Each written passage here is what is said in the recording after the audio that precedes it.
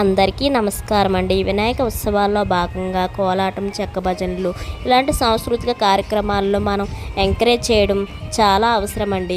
వీటిని మరుగుపడిపోకుండా వీటిని బయటికి తేవడం వల్ల ఎంతోమంది పిల్లలు, పెద్దలు చూసి ఆహ్లాదకరంగా వీటిని మనసుకు ఎంతో ఉత్సాహకరంగా ఉంటుందండి. ఇలాంటివి వేయటం ఎంతో కంటికి, దేవుడికి చాలా ఎంతో ఇష్టమండి.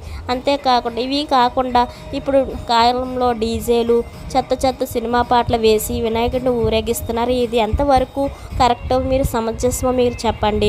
అలాంటివి కాకుండా దేవుడి పాటలతో దైవనామస్మరణతో ఊరేగింపు చేయడం దేవుడికి ఎంతో ఇష్టమని నేను అనుకుంటున్నాను. అందరూ ఎంతోమంది గురూజీలు కూడా ఇలాంటివి చెప్తున్నారు. అయినా సరే వినకుండా చెత్త పాటలు వేసి దేవుడిని ఊరేగించడం కరెక్ట్ కాదండి. మంచి దేవుడి పాటలతో ఊరేగించడం చాలా దేవుడికి ఇష్టమండి. మీకు నచ్చితే కామెంట్ రూపంలో మీకు తెలపండి.